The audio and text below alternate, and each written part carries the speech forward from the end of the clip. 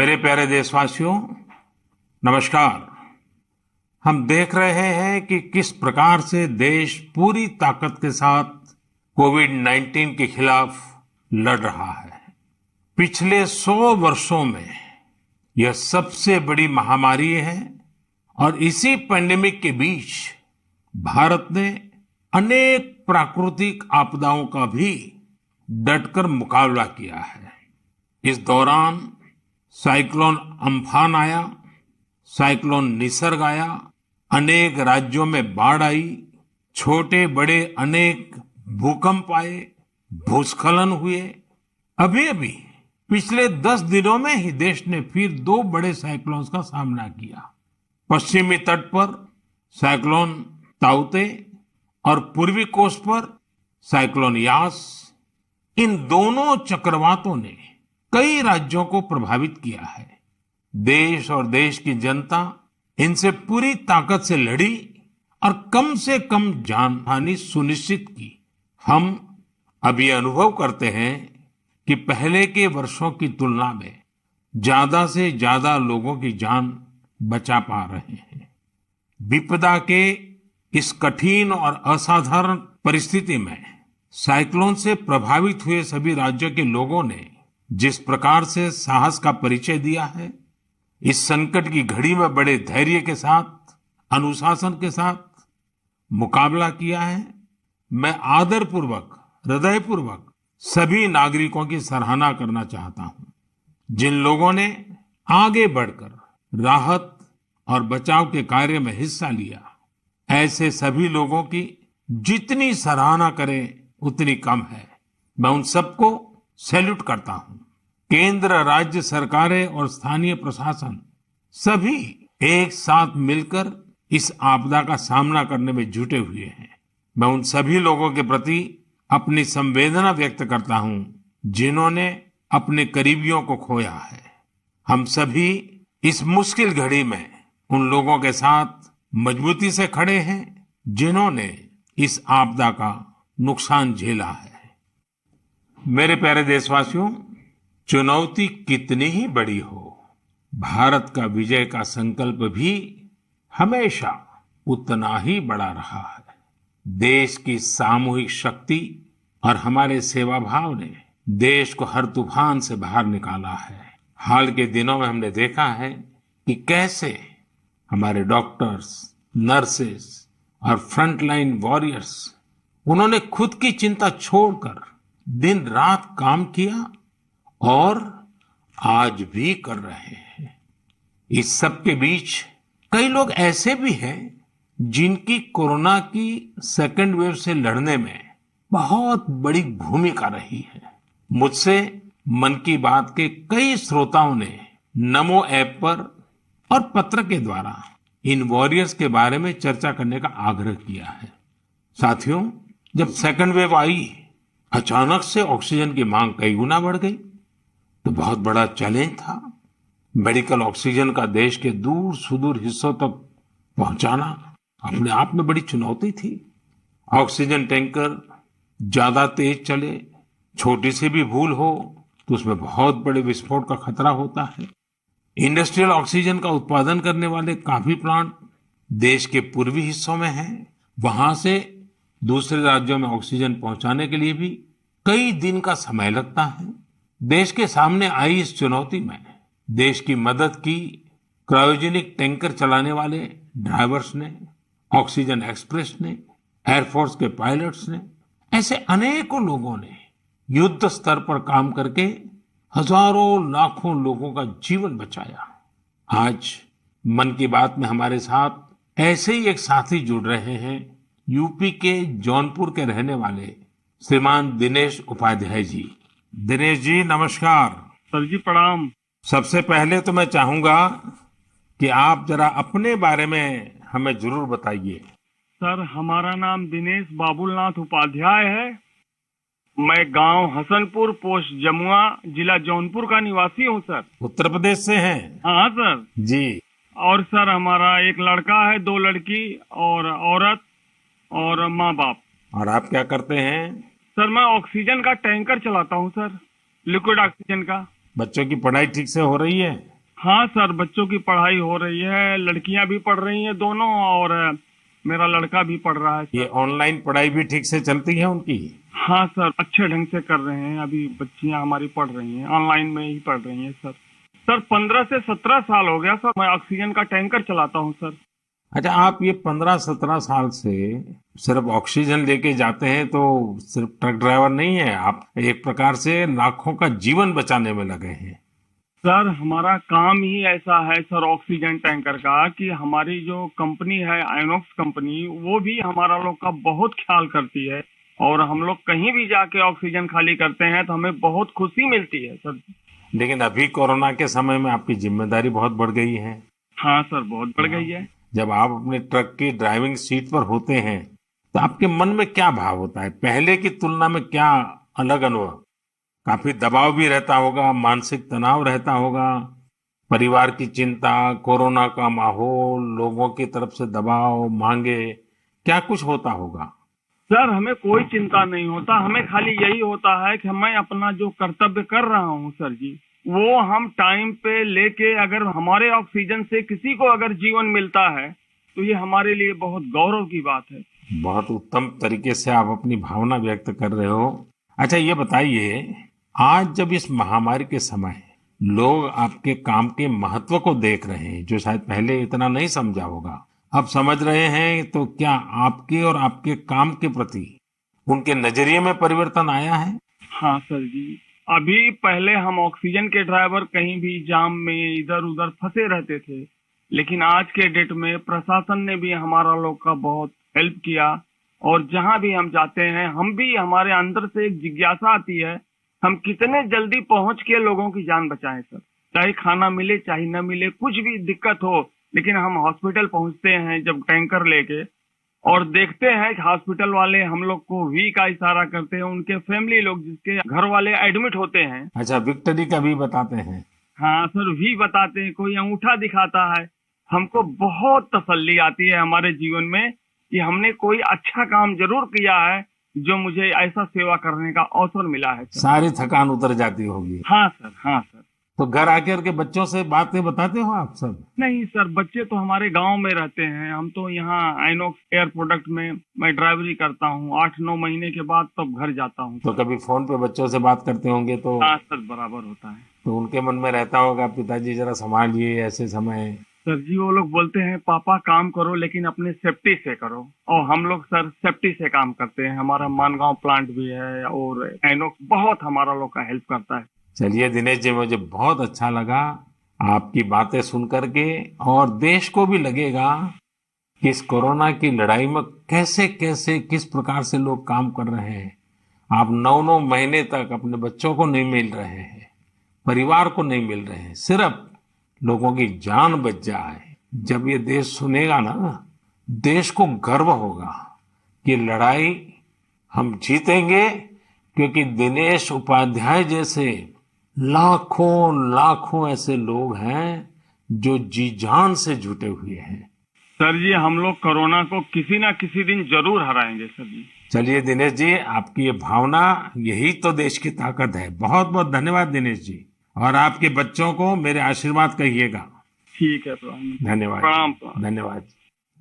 साथियों, जैसा कि दिनेश जी बता रहे थे, वाकई जब एक टैंकर ड्राइवर ऑक्सीजन लेकर अस्पताल पहुंचते हैं तो ईश्वर के भेजे गए दूत ही लगते हैं।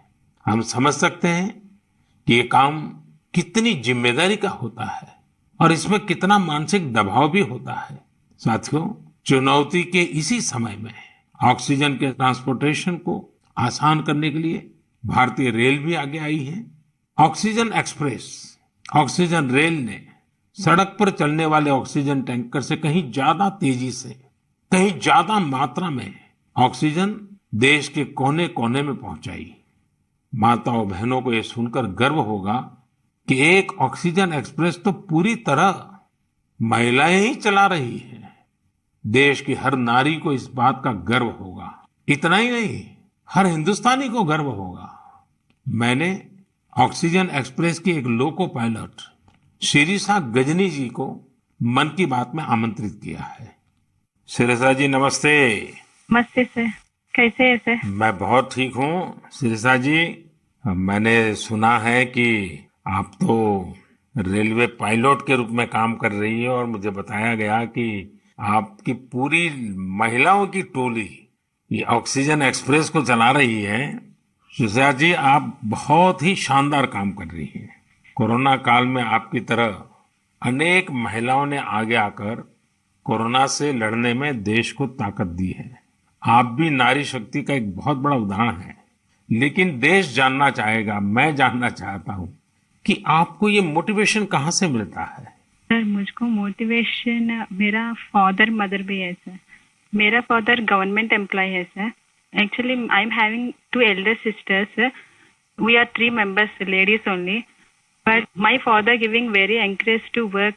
My first sister doing government job in bank work and I am settled in railway. My parents only encouraging me. अच्छा शिरिषा जी, आपने सामान्य दिनों में भी रेलवे को अपनी सेवाएं दी हैं, ट्रेन को स्वाभाविक चला है, लेकिन जब ये एक तरफ ऑक्सीजन की इतनी मांग और जब आप ऑक्सीजन को लेके जा रही है तो थोड़ा जिम्मेदारी भरा काम होगा, थोड़ी और जिम्मेवारी होगी। सामान्य गुड्स को ले जाना अलग बात है, ऑक्सीजन तो बहुत ही डेलिकेट भी होती है चीजें। तो क्या अनुभव आता था? मैं हैप्पीली फील किया ये काम करने के लिए। ऑक्सीजन स्पेशल देने के टाइम में सभी देखिए सेफ्टी का wise, formation wise any leakage है। नेक्स्ट इंडियन रेलवे भी सपोर्टिव है सर। ये ऑक्सीजन चलाने के लिए मुझको ग्रीन पाथ दिया ये गाड़ी चलाने के लिए। 125 किलोमीटर 1.5 आवर में रीच हो गया। इतना रेलवे भी रेस्पॉन्सिबिलिटी ले लिया, मैं भी रेस्पॉन्सिबिलिटी है सर। वाह, चलिए शिरिषा जी, मैं आपको बहुत बधाई देता हूँ और आपके पिताजी माताजी को विशेष रूप से प्रणाम करता हूँ, जिन्होंने तीनों बेटियों को इतनी प्रेरणा दी और उनको इतना आगे बढ़ाया और इस प्रकार का हौसला दिया है। और मैं समझता हूँ ऐसे माँ बाप को भी प्रणाम और आप सभी बहनों को भी प्रणाम, जिन्होंने इस प्रकार से देश की सेवा भी की और जज्बा भी दिखाया है। बहुत बहुत धन्यवाद शिरिषा जी। धन्यवाद सर, थैंक यू सर। आपका ब्लेसिंग चाहिए सर। बस परमात्मा का आशीर्वाद आप पर बना रहे, आपके माता पिता का आशीर्वाद बना रहे। धन्यवाद जी। धन्यवाद सर।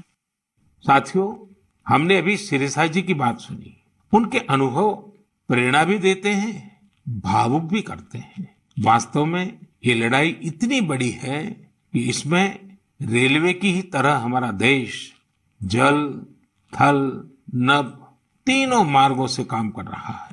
एक और खाली टैंकर्स को एयरफोर्स के विमानों द्वारा ऑक्सीजन प्लांट तक पहुंचाने का काम हो रहा है।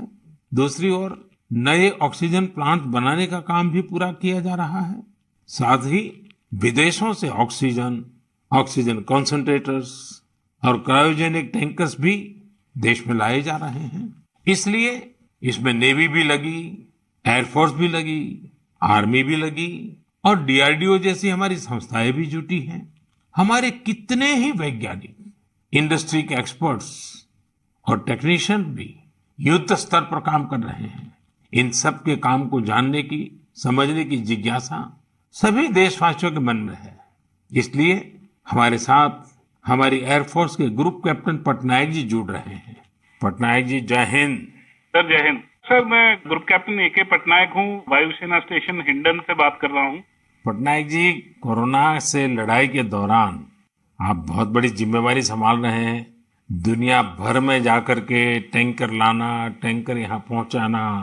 मैं जानना चाहूंगा कि एक फौजी के नाते एक अलग प्रकार का काम आपने किया है।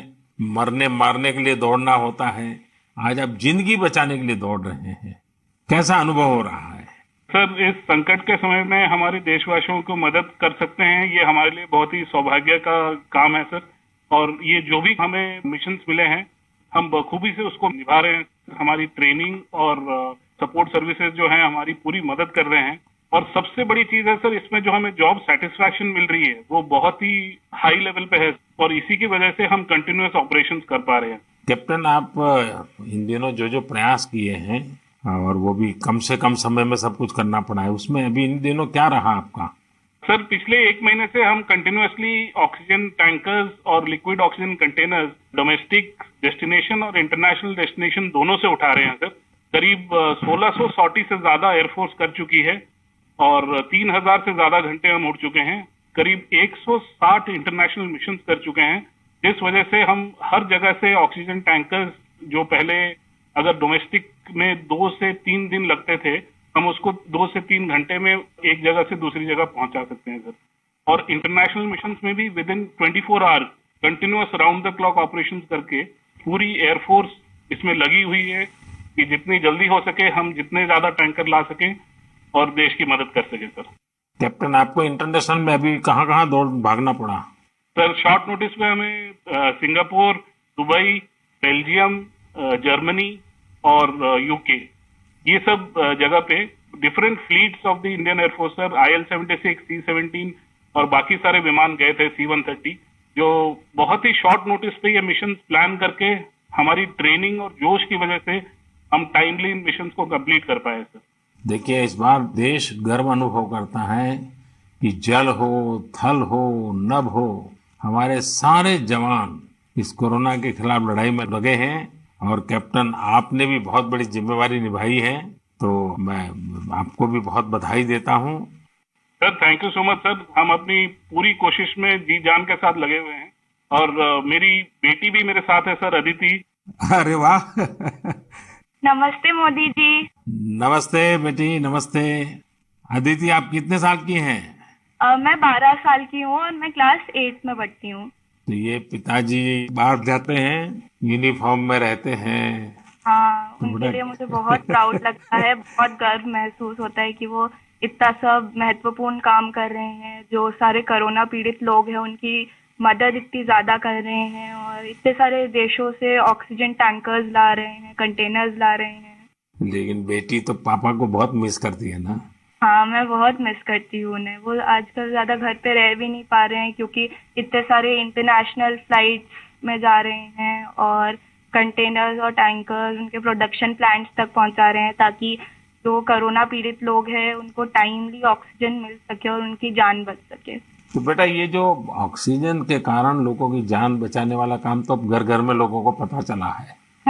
जब तुम्हारे फ्रेंड सर्कल, तुम्हारे साथी स्टूडेंट जानते होंगे कि तुम्हारे पिताजी ऑक्सीजन की सेवा में लगे हैं, तो तुम्हारे प्रति भी बड़े आदर से देखते होंगे वो लोग। हाँ, मेरे सारे फ्रेंड्स भी बोलते हैं कि तुम्हारे पापा इतना ज्यादा इम्पोर्टेंट काम कर रहे हैं और तुम्हें भी बहुत प्राउड लगता होगा।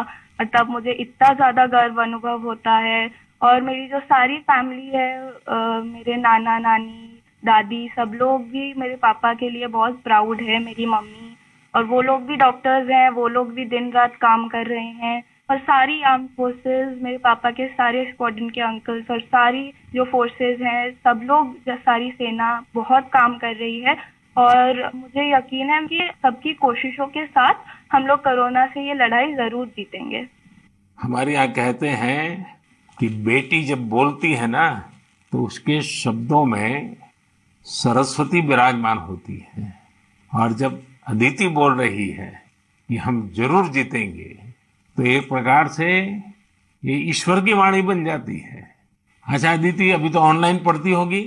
हाँ, अभी तो हमारे सारे ऑनलाइन क्लासेस चल रहे हैं और अभी हम लोग घर पे भी सारे फुल प्रिकॉशंस ले रहे हैं। और कहीं अगर बाहर जाना है तो फिर डबल मास्क पहन के और सब कुछ सारे प्रिकॉशंस और पर्सनल हाइजीन मेंटेन कर रहे हैं, सब चीज़ों का ध्यान रख रहे हैं। अच्छा बेटा, तुम्हारी क्या हॉबीज है, क्या पसंद है? मेरी हॉबीज हैं कि मैं स्विमिंग और बास्केटबॉल करती हूँ, पर अभी तो वो थोड़ा बंद हो गया है। और इस लॉकडाउन और कोरोना वायरस के दौरान मैंने बेकिंग और कुकिंग का बहुत ज़्यादा मुझे शौक है। और मैं अभी सारे बेकिंग और कुकिंग करके, जब पापा इतना सारा काम करके आते हैं तो मैं उनके लिए कुकीज़ और केक बनाती हूँ। वाह वाह वाह! चलिए बेटा, बहुत दिनों के बाद तुम्हें पापा के साथ समय बिताने का मौका मिला है, बहुत अच्छा लगा। और कैप्टन, आपको भी मैं बहुत बधाई देता हूँ। लेकिन जब मैं कैप्टन को बधाई देता हूँ, मतलब सिर्फ आपको ही नहीं, सारे हमारे फोर्सेस, जल, थल, नभ, जिस प्रकार से जुटे हुए हैं, मैं सबको सैल्यूट करता हूँ। धन्यवाद भैया। Thank you sir. साथियों, वाकई हमारे इन जवानों ने, इन वॉरियर्स ने जो काम किया है, इसके लिए देश इन्हें सैल्यूट करता है।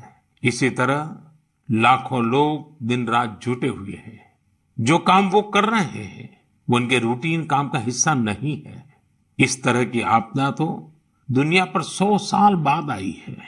एक शताब्दी के बाद इतना बड़ा संकट, इसलिए इस तरह के काम का किसी के पास कोई भी अनुभव नहीं था। इसके पीछे देश सेवा का जज्बा है और एक संकल्प शक्ति है। इसी से देश ने वो काम किया है जो पहले कभी नहीं हुआ। आप अंदाजा लगा सकते हैं, सामान्य दिनों में हमारे यहाँ एक दिन में 900 metric ton liquid medical oxygen का प्रोडक्शन होता था। अब ये 10 गुना से भी ज्यादा बढ़कर करीब करीब 9,500 मीट्रिक टन प्रतिदिन उत्पादन हो रहा है। इस ऑक्सीजन को हमारे वॉरियर्स देश के दूर सुदूर कोने तक पहुंचा रहे हैं। मेरे प्यारे देशवासियों, ऑक्सीजन पहुंचाने के लिए देश में इतने प्रयास हुए, इतने लोग जुटे। एक नागरिक के तौर पर ये सारे कार्य प्रेरणा देते हैं। एक टीम बनकर हर किसी ने अपना कर्तव्य निभाया है। मुझे बेंगलुरु से उर्मिला जी ने कहा है कि उनके पति लैब टेक्नीशियन है और ये भी बताया है कि कैसे इतनी चुनौतियों के बीच वो लगातार टेस्टिंग का काम करते रहे हैं। साथियों, कोरोना की शुरुआत में देश में केवल एक ही टेस्टिंग लैब थी, लेकिन आज 2,500 से ज्यादा लैब्स काम कर रही हैं। शुरू में कुछ 100 टेस्ट एक दिन में हो पाते थे, अब 20 लाख से ज्यादा टेस्ट एक दिन में होने लगे हैं। अब तक देश में 33 करोड़ से ज्यादा सैंपल की जांच की जा चुकी है। ये इतना बड़ा काम इन साथियों की वजह से ही संभव हो रहा है। कितने ही फ्रंटलाइन वर्कर्स सैंपल कलेक्शन के काम में लगे हुए हैं। संक्रमित मरीजों के बीच जाना, उनका सैंपल लेना, ये कितनी सेवा का काम है। अपने बचाव के लिए इन साथियों को इतनी गर्मी में भी लगातार पीपीई किट पहन के ही रहना पड़ता है। इसके बाद ये सैंपल लैब में पहुंचता है।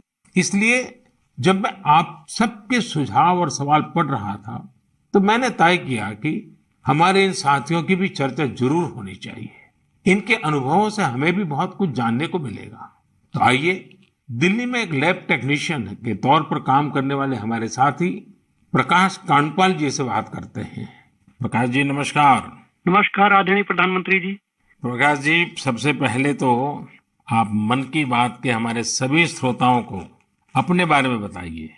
आप कितने समय से ये काम कर रहे हैं और कोरोना के समय आपका क्या अनुभव रहा है? क्योंकि देश के लोगों को इस प्रकार से न टीवी पर दिखते हैं, न अखबार में दिखते हैं, फिर भी एक ऋषि की तरह लैब में रह करके काम कर रहे हैं।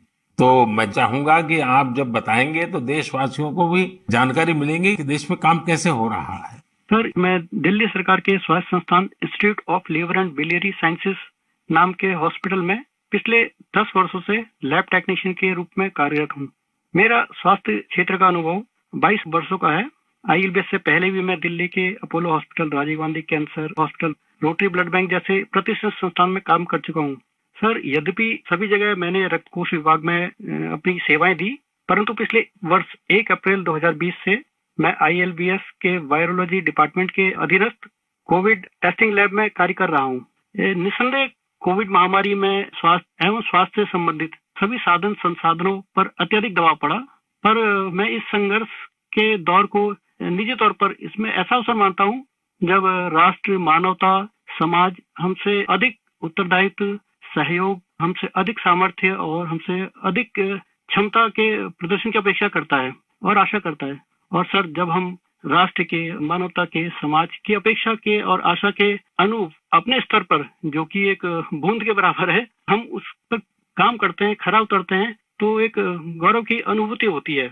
कभी जब हमारे घर वाले भी आशंकित होते हैं या थोड़ा उन्हें भय लगता है, तो ऐसे अवसर पे उनको स्मरण कराता हूँ कि हमारे देश के जवान, जो कि सदैव ही परिवार से दूर सीमाओं पर विषम और असामान्य परिस्थितियों में देश की रक्षा कर रहे हैं, उनकी तुलना में तो हमारा जोखिम जो है कम है, बहुत कम है। तो वो भी इस चीज को समझते हैं और मेरे साथ में एक तरह से वो भी सहयोग करते हैं और वो भी इस आपदा में समान रूप से जो भी सहयोग है उसमें अपनी सहभागिता निभाते हैं। प्रकाश जी, एक तरफ सरकार सबको कह रही है कि दूरी रखो, दूरी रखो, कोरोना में एक दूसरे से दूर रहो। और आपको तो सामने से होकर के कोरोना के जीवाणुओं के बीच में रहना ही पड़ता है, सामने से जाना पड़ता है। तो ये अपने आप में एक जिंदगी को संकट में डालने वाला मामला रहता है, तो परिवार को चिंता होना बहुत स्वाभाविक है।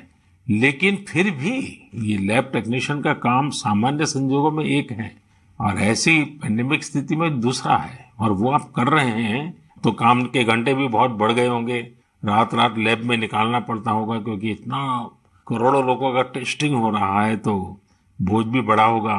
लेकिन अपनी सुरक्षा के लिए भी सावधानी रखते हैं कि नहीं रखते हैं?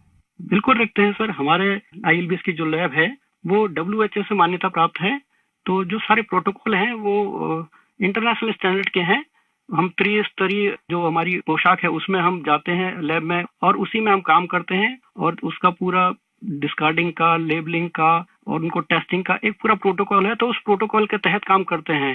तो सर ये भी ईश्वर की कृपा है कि मेरा परिवार और मेरे जानने वाले अधिकतर जो अभी तक इस संक्रमण से बचे हुए हैं। तो एक चीज है कि अगर आप सावधानी रखते हैं और संयम बरतते हैं तो आप थोड़ा बहुत इससे बचे रह सकते हैं। प्रकाश जी, आप जैसे हजारों लोग पिछले 1 साल से लैब में बैठे हैं और इतनी जहमत कर रहे हैं, इतने लोगों को बचाने का काम कर रहे हैं, जो देश आज जान रहा है। लेकिन प्रकाश जी, मैं आपके माध्यम से आपकी बिरादरी के सभी साथियों को हृदयपूर्वक धन्यवाद करता हूं, देशवासियों की तरफ से धन्यवाद करता हूं। और आप स्वस्थ रहिए, आपका परिवार स्वस्थ रहे, मेरी बहुत शुभकामनाएं हैं। धन्यवाद प्रधानमंत्री जी, मैं आपका बहुत बहुत आभारी हूं कि आपने मुझे अवसर प्रदान किया। धन्यवाद भैया। साथियों, एक प्रकार से बात तो मैंने भाई प्रकाश जी से की है, लेकिन उनकी बातों में हजारों लैब टेक्नीशियंस की सेवा की सुगंध हम तक पहुंच रही है। इन बातों में हजारों लाखों लोगों का सेवा भाव तो दिखता ही है। हम सभी को अपने जिम्मेदारी का भी बोध होता है। जितनी मेहनत और लगन से भाई प्रकाश जी जैसे हमारे साथी काम कर रहे हैं, उतनी ही निष्ठा से उनका सहयोग कोरोना को हराने में बहुत मदद करेगा। मेरे प्यारे देशवासियों, अभी हम हमारे कोरोना वॉरियर्स की चर्चा कर रहे थे। पिछले 1.5 सालों में हमने उनका खूब समर्पण और परिश्रम देखा है, लेकिन इस लड़ाई में बहुत बड़ी भूमिका देश के कई क्षेत्रों के अनेक वॉरियर्स की भी है। आप सोचिए, हमारे देश पर इतना बड़ा संकट आया, इसका असर देश की हर एक व्यवस्था पर पड़ा।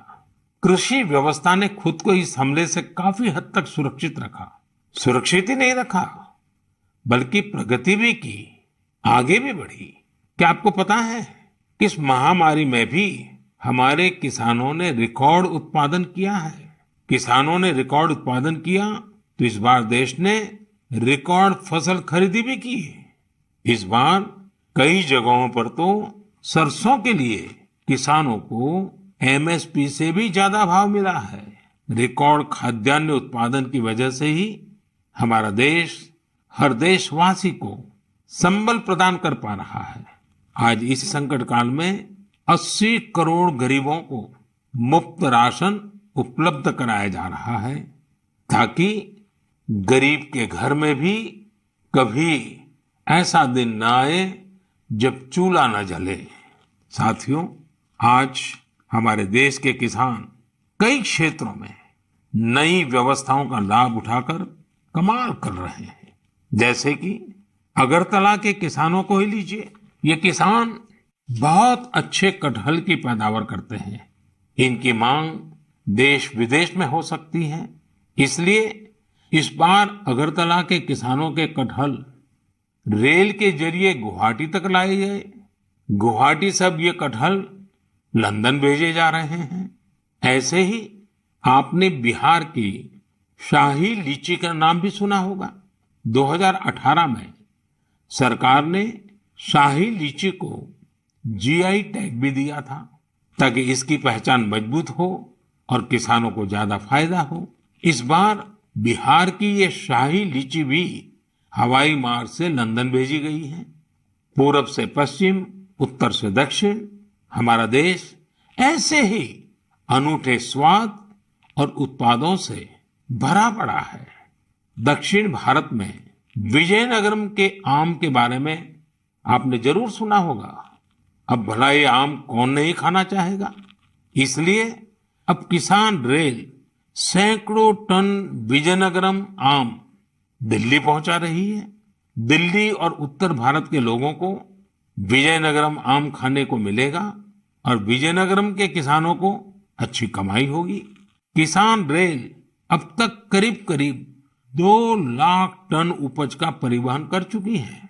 अब किसान बहुत कम कीमत पर फल, सब्जियां, अनाज देश के दूसरे सुदूर हिस्सों में भेज पा रहा है। मेरे प्यारे देशवासियों, आज 30 मई को हम मन की बात कर रहे हैं और संयोग से ये सरकार के 7 साल पूरे होने का भी समय है। इन वर्षों में देश सबका साथ, सबका विकास, सबका विश्वास के मंत्र पर चला है। देश की सेवा में हर क्षण समर्पित भाव से हम सभी ने काम किया है। मुझे कई साथियों ने पत्र भेजे हैं और कहा है कि मन की बात में 7 साल की हमारी आपकी इस साझी यात्रा पर भी चर्चा करूं। साथियों, इन 7 वर्षों में जो कुछ भी उपलब्धि रही है वो देश की रही है, देशवासियों की रही है। कितने ही राष्ट्रीय गौरव के क्षण हमने इन वर्षों में साथ मिलकर अनुभव किए हैं। जब हम ये देखते हैं कि अब भारत दूसरे देशों की सोच और उनके दबाव में नहीं, अपने संकल्प से चलता है, तो हम सबको गर्व होता है। जब हम देखते हैं कि अब भारत अपने खिलाफ साजिश करने वालों को मुंह तोड़ जवाब देता है, तो हमारा आत्मविश्वास और बढ़ता है। जब भारत राष्ट्रीय सुरक्षा के मुद्दों पर समझौता नहीं करता, जब हमारी सेनाओं की ताकत बढ़ती है, तो हमें लगता है कि हाँ, हम सही रास्ते पर हैं। साथियों, मुझे कितने ही देशवासियों के संदेश, उनके पत्र देश के कोने कोने से मिलते हैं। कितने ही लोग देश को धन्यवाद देते हैं कि 70 साल बाद उनके गांव में पहली बार बिजली पहुंची है। उनके बेटे बेटियां उजाले में, पंखे में बैठ करके पढ़ रहे हैं। कितने ही लोग कहते हैं कि हमारा भी गांव अब पक्की सड़क से शहर से जुड़ गया है। मुझे याद है, एक आदिवासी इलाके से कुछ साथियों ने मुझे संदेश भेजा था कि सड़क बनने के बाद पहली बार उन्हें ऐसा लगा कि वो भी बाकी दुनिया से जुड़ गए हैं। ऐसे ही कहीं कोई बैंक खाता खोलने की खुशी साझा करता है, तो कोई अलग अलग योजनाओं की मदद से जब नया रोजगार शुरू करता है, तो उस खुशी में मुझे भी आमंत्रित करता है। प्रधानमंत्री आवास योजना के तहत घर मिलने के बाद गृह प्रवेश के आयोजन में कितने ही निमंत्रण मुझे हमारे देशवासियों की ओर से लगातार मिलते रहते हैं। इन 7 सालों में आप सबकी ऐसी करोड़ों खुशियों में मैं शामिल हुआ हूं। अभी कुछ दिन पहले ही मुझे गांव से एक परिवार ने जल जीवन मिशन के तहत घर में लगे पानी के नल की एक फोटो भेजी। उन्होंने इस फोटो का कैप्शन लिखा था, मेरे गांव की जीवन धारा। ऐसे कितने ही परिवार हैं। आजादी के बाद 7 दशकों में हमारे देश के केवल 3.5 करोड़ ग्रामीण घरों में ही पानी के कनेक्शन थे, लेकिन पिछले 21 महीनों में ही 4.5 करोड़ घरों को साफ पानी के कनेक्शन दिए गए हैं। इनमें से 15 महीने तो कोरोना काल के ही थे। इसी तरह का एक नया विश्वास देश में आयुष्मान योजना से भी आया है। जब कोई गरीब मुफ्त इलाज से स्वस्थ होकर घर आता है, तो उसे लगता है कि उसे नया जीवन मिला है। उसे भरोसा होता है कि देश उसके साथ है। ऐसे कितने ही परिवारों का आशीर्वचन, करोड़ों माताओं का आशीर्वाद लेकर हमारा देश मजबूती के साथ विकास की ओर अग्रसर है। साथियों, इन 7 सालों में भारत ने डिजिटल लेन देन में दुनिया को नई दिशा दिखाने का काम किया है। आज किसी भी जगह जितनी आसानी से आप चुटकियों में डिजिटल पेमेंट कर देते हैं, वो कोरोना के समय में भी बहुत उपयोगी साबित हो रहा है। आज स्वच्छता के प्रति देशवासियों की गंभीरता और सतर्कता बढ़ रही है। हम रिकॉर्ड सैटेलाइट भी प्रक्षेपित कर रहे हैं और रिकॉर्ड सड़कें भी बना रहे हैं। इन 7 वर्षों में ही देश के अनेकों पुराने विवाद भी पूरी शांति और सौहार्द से सुलझाए गए हैं।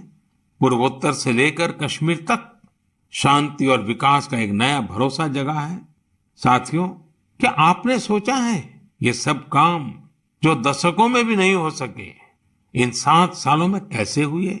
ये सब इसलिए संभव हुआ क्योंकि इन 7 सालों में हमने सरकार और जनता से ज्यादा एक देश के रूप में काम किया, एक टीम के रूप में काम किया, टीम इंडिया के रूप में काम किया।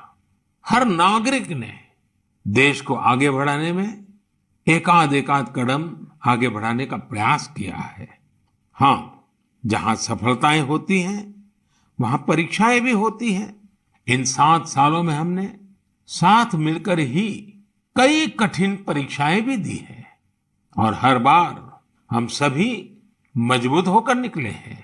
कोरोना महामारी के रूप में इतनी बड़ी परीक्षा तो लगातार चल रही है। ये तो एक ऐसा संकट है जिसने पूरी दुनिया को परेशान किया है। कितने ही लोगों ने अपनों को खोया है। बड़े बड़े देश भी इसकी तबाही से बच नहीं सके हैं। इस वैश्विक महामारी के बीच भारत सेवा और सहयोग के संकल्प के साथ आगे बढ़ रहा है। हमने पहली वेव में भी पूरे हौसले के साथ लड़ाई लड़ी थी। इस बार भी वायरस के खिलाफ चल रही लड़ाई में भारत विजयी होगा। 2 गज की दूरी, मास्क से जुड़े नियम हो या फिर वैक्सीन, हमें ढिलाई नहीं करनी है। यही हमारी जीत का रास्ता है। अगली बार जब हम मन की बात में मिलेंगे तो देशवासियों के कई और प्रेरणादायक उदाहरणों पर बात करेंगे और नए विषयों पर चर्चा करेंगे। आप अपने सुझाव मुझे ऐसे ही भेजते रहिए। आप सभी स्वस्थ रहिए, देश को इसी तरह आगे बढ़ाते रहिए। बहुत बहुत धन्यवाद।